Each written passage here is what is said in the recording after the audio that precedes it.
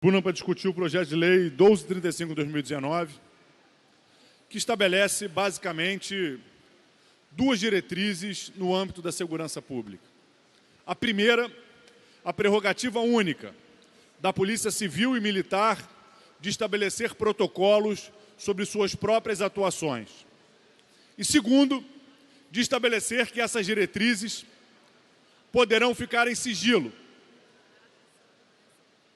Essa lei tem 2 artigos que se resumem a estabelecer esses 2 pontos. Inicialmente aqui, pareceu que a discussão vinha no caminho que se alguém estivesse questionando a pertinência da Polícia Civil e da Polícia Militar terem protocolo ou não. Me parece que no decorrer do debate já ficou claro. Não há divergência sobre isso. É óbvio que a Polícia Civil e que a Polícia Militar têm que ter protocolos de atuação. Aliás, o conjunto do serviço público tem que operar com protocolos, com mecanismos formais que definam para os servidores como deve ser a sua atuação. Especialmente no caso das polícias, que têm uma atuação voltada para a garantia da segurança, para a garantia da preservação da vida. É evidente que, no caso das polícias, isso é fundamental. Primeiro artigo da lei diz o seguinte: cabe às polícias civil e militar, com exclusividade, no exercício do seu poder administrativo normativo, de acordo com critérios de conveniência e oportunidade, a elaboração e aprovação de seus respectivos protocolos operacionais. Esse primeiro artigo é uma norma que a gente poderia chamar de redundante, porque além da Polícia Militar e da Polícia Civil, quem mais poderia fazer protocolos de operação para a Polícia Militar e para a Polícia Civil? Talvez só o governador. Então, se esse artigo impacta em algo, talvez é em retirar do governador a prerrogativa de editar algum decreto estabelecendo algum protocolo de operação para as polícias, uma vez que, por essa lei, isso será uma prerrogativa única das polícias, hoje organizadas, cada uma em uma secretaria própria. Tem um parágrafo único. Consideram-se protocolos operacionais, para os efeitos desta lei, o conjunto de procedimentos padrões elaborados e aprovados pelas polícias civil e militar a serem observados pelos seus membros no desempenho das funções policiais operacionais próprias de cada uma dessas instituições. Ou seja, um protocolo é o que estabelece quais serão os procedimentos padrões em ações operacionais de cada uma das polícias.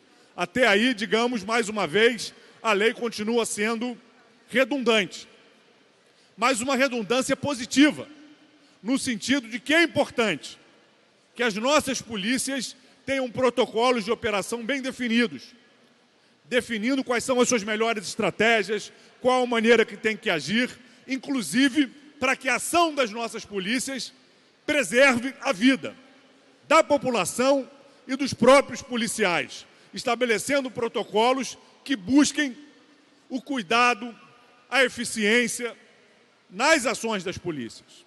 Mas aí tem um artigo 2º, que é o artigo que eu considero que traz novidades.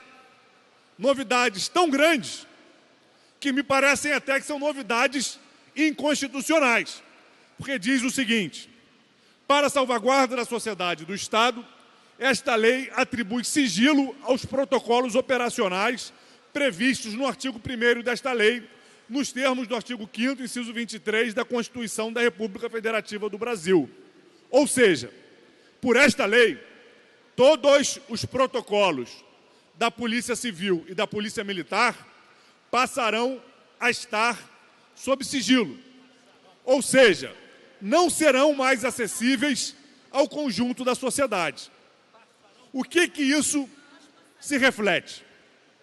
Isso se reflete que o agente público da segurança passa a ter o controle social sobre a sua ação paralisado. Paralisado por quê? Porque caso um policial tenha uma conduta imprudente, a pessoa que tenha sido vítima da conduta imprudente desse policial não poderá mais mostrar que aquela conduta fere o protocolo, que aquela conduta se afasta das orientações do seu comando definidas em protocolo. Por quê? Porque esse protocolo passará a ser sigiloso. Não estará mais submetido ao controle da sociedade. Isso é grave. A Polícia do Estado do Rio de Janeiro esse ano certamente estará envolvida em quase 2.000 mortes provocadas por seus agentes. A gente tem feito um debate importante sobre o que é uma política de segurança pública efetiva, eficiente. A gente questiona a diretriz alimentada pelo governo de que uma política pública eficiente seja uma política que colecione um número grande de mortes. Para a gente, uma política de segurança pública efetiva é uma política que preserva mais a vida. E para preservar mais a vida, tem que evitar mais os confrontos e se utilizar mais de expedientes, como inteligência, como investigação, perseguição da lavagem de dinheiro, mecanismos que permitam atacar as atuações criminosas sem colocar em risco a vida das pessoas. Para que Ágatas, Diogos e tantas outras pessoas, vítimas de confrontos provocados por ações policiais, não continuem morrendo. Mas o que está em discussão não é essa diretriz geral sobre a segurança pública. O que está em discussão é que, seja qual for a diretriz, essa ação vai estar sob controle da sociedade ou não. Porque esse protocolo é fundamental para que a sociedade possa fiscalizar. Então, a gente tem que dirimir esse aspecto do que representa esse sigilo. É óbvio que detalhes de operações não podem ser divulgados. É óbvio que tem instruções que as polícias recebem que não podem ser divulgadas. É óbvio, e a gente defende isso. Agora, todos os protocolos policiais estarem sob sigilo é não permitir que uma parte do controle sobre o exercício da ação dos agentes da segurança pública esteja com seus controles desfeitos. Isso é inadmissível. Isso é inadmissível. Não podemos não ter nenhum protocolo público. Temos que ter protocolos públicos que façam com que as polícias sejam submetidos ao controle policial, ao controle social. Esses protocolos públicos são fundamentais para que haja exercício do controle social sobre a polícia. Vamos discutir esse artigo 2º? Será que o Ministério Público, que é, por lei, um órgão com a competência de exercer o controle externo sobre a polícia, vai ter que conseguir uma decisão judicial para acessar esses protocolos? Um órgão, por lei, definido com o papel de controle externo da polícia, vai ter que acessar a justiça para exercer o seu papel? Isso não está claro no projeto. Diz que é sigiloso. É sigiloso para quem? Para todos? Sigilo quebrado somente mediante decisão judicial?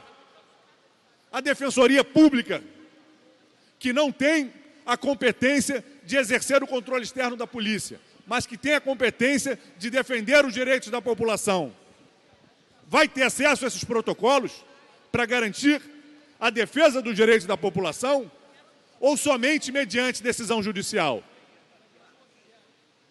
O projeto não está claro. O projeto não está claro. Um policial que seja forçado a agir quebrando os protocolos e queira se defender judicialmente, vai ter algum embaraço para judicialmente usar o protocolo para se defender? o projeto não deixa nada disso claro. Como está, é difícil a gente votar nessa casa essa lei tendo um entendimento sobre o que o projeto de fato quer dizer. Na discussão até aqui, esses pontos que eu levanto não foram esclarecidos. Por isso, eu reforço a fala dos que me antecederam, reivindicando a necessidade de uma audiência pública.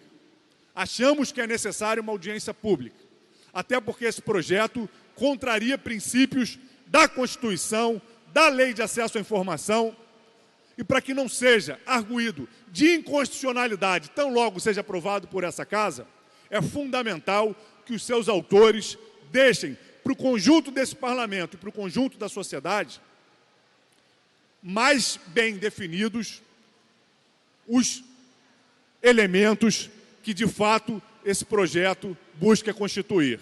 Obrigado, senhor presidente.